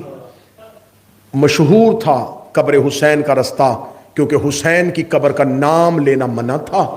لوگ یہ نہیں بتا سکتے تھے یہ رستہ حسین کی قبر کو جاتا ہے، تو لوگوں نے قبر حسین کا رستہ بتاتے تھے شاہراہ سدرہ، یہ وہ بیری والا رستہ ہے۔ بیری والا کہہ کے قبر حسین کی جگہ بتائی جاتی تھی۔ تو یہ شاہراہ سدرہ آج بھی شاہراہ سدرہ ہے۔ اس شاہراہ سدرہ سے گزرو تو مولا حسین کے حرم کا دروازہ ہے باب السدرہ، باب السدرہ سے جاؤ تو سامنے ہے حسین کی زری۔ علماء کہتے ہیں کہ آج بھی میرا بار میں آقا و مولا سرکار ولی العصر مقام صاحب العصر و زمان پہ تشریف لاتے ہیں، وہاں سے ننگے سر ننگے پاؤں بدن کو گریبان کو کھولے ہوئے آستینوں کو پلٹتے ہوئے چہرے کا ماتم کرتے ہوئے میرے آقا و مولا اس جگہ سے گزرتے ہیں، اس سڑک سے گزرتے ہوئے وہاں جاتے ہیں۔ اگر کربلا جاؤ، میں نے پچھلا پورا سال حسین کے حرم میں گزارا، میں نے یہ محرم سفر میں نے اپنی زندگی کا زیادہ وقت حسین مولا کے شہر میں گزارا ہے۔ میں تمہیں عمل دے کے جا رہا ہوں، رات آدھی سے زیادہ ڈھلی ہو، آدھی سے زیادہ ڈھلی ہو، اکیلے ہوٹل سے نکلنا، مقام صاحب الزمان میں جانا، 2 رکعت نماز پڑھنے کے بعد اپنا دایاں پاؤں اٹھانا اور چلتے ہوئے نظریں جھکا کے صالح بن وہاب پر لعنت کرتے ہوئے تسبیح کرتے جانا ایک ایک قدم پہ، اللہم لن صالح بن وہاب۔ عربی میں نہ کر سکو صالح بن وہاب پہ میرا اللہ لعنت کر، صالح بن وہاب پہ لعنت کر، روتے ہوئے گزرتے ہوئے اسی شاہراہ سے چلتے ہوئے سرکار امام حسین کی قبر اقدس تک جانا، لعنت کی تسبیح حسین کی قبر پہ جا کے روکنا، حسین کی قبر پہ سلام کرنا۔ علماء عرفان کہتے ہیں کہ اگر تم یہ عمل کرو گے تو یقیناً تمہیں اس رستے میں ولی العصر کی زیارت ہوگی۔ کرنا آدھی رات کے بعد اور اذان فجر سے پہلے، یہ وہی وقت ہوتا ہے جس وقت میرا بارواں اسی رستے سے گزرتا ہے۔ اب مجھ پہ سوال کرو کہ یہ آپ نے یہ کیوں کہا شمر پہ لعنت نہیں، یزید پہ نہیں، عمر سعد پہ نہیں، یہ صالح بن وہاب کون تھا؟ میں بس وہی روایت پڑھوں گا اور منبر چھوڑ دوں گا۔ اس کے بعد 10 محرم تک یہ روایت تمہاری آنکھوں کا وضو کروائے گی۔ 10 محرم تک کم از کم تم اس روایت کو سن کے روتے رہو گے، یہ صالح بن وہاب کون ہے؟ کتابیں کہتی ہیں، مقتل کہتی جہاں آج مقام صاحب الزمان ہے، یہاں گھوڑے کی زین سے گرا تھا محمد کا بیٹا۔ جب مولا حسین گھوڑے کی زین سے گرے تو وہ کربلا کے جس مقام پہ گرے تھے وہ جگہ آج مقام صاحب الزمان ہے، گرے وہاں تھے، دفن وہاں نہیں ہے۔ دفن کہاں ہے؟ ٹیلہ زینبیہ۔ ٹیلہ زینبیہ کون سا؟ خیمہ گاہ کے باہر ایک ٹیلہ، کیونکہ عالیہ خیمے سے نکل آئی تھی، جہاں پہ آ کے علی کی بیٹی رکی تھی اس جگہ کو آج ٹیلہ زینبیہ کہتے ہیں۔ قبر حسین اور خیمہ گاہ کے درمیان ہے ٹیلہ زینبیہ۔ کربلا کے ظاہر مجھے گواہی دیتے رہنا کہ میں جملے کہہ رہا ہوں تمہاری آنکھوں کے سامنے ہے۔ خیمہ گاہ، ٹیلہ زینبیہ، قبر حسین، وہ ہے مقام صاحب الزمان۔ وہاں گھوڑے کی زین سے گرے تھے، یہاں تک کیسے پہنچے؟ مقتل کہتی ہے بے غیرت صالح بن وہاب نے حسین کی زلفوں پہ ہاتھ ڈالا، یہ حسین کے بدن کو گھسیٹتے گھسیٹتے زینب کے خیمے کے سامنے لے کے آیا، اور خیمہ زینب کے سامنے آ کے کہتا ہے اے محمد کی بیٹی، تیرا بھائی تجھ سے ملنے کے لیے آیا ہے۔ زینب نے خیمے کا پردہ ہٹایا، صالح بن وہاب کا ہاتھ حسین کی زلفوں پہ دیکھا، علی کی بیٹی کی چیخ نکلی، رو کے کہتی مجھے عباس بننے پہ مجبور نہ کرنا، میرے حسین کی زلفوں سے ہاتھ نکال۔ حسین کی آواز آئی کربلا اونچی ہو جا، ایک کربلا کی زمین اونچی ہو جا تاکہ میری زینب مجھے دیکھ نہ سکے۔ زمین کربلا بلند ہوئی، جب زینب نے خیمے کے در سے دیکھا مجھے حسین نظر نہیں آ رہا، عالیہ خیمے سے باہر آئی جہاں آج ٹیلہ زینبیہ ہے، وہاں رک کے کہتی اونچی ہو، میں علی کی بیٹی ہوں، مجھے حسین کا سجدہ دیکھنے دے۔ اللہ لعنت کرے صالح بن وہاب پہ، اس نے حسین کی زلفوں پہ ہاتھ ڈالا تھا۔ اگلا جملہ پڑھ کے میں منبر چھوڑنے لگا، پورا سال روتے رہنا۔ کتابیں کہتی آج بھی 12واں چیخیں مارتا ہے۔ اس ملعون نے ایک ہاتھ میں زلفیں تھی، دوسرے ہاتھ سے حسین کے چہرے پہ تماچا مارا۔ حسین کی آواز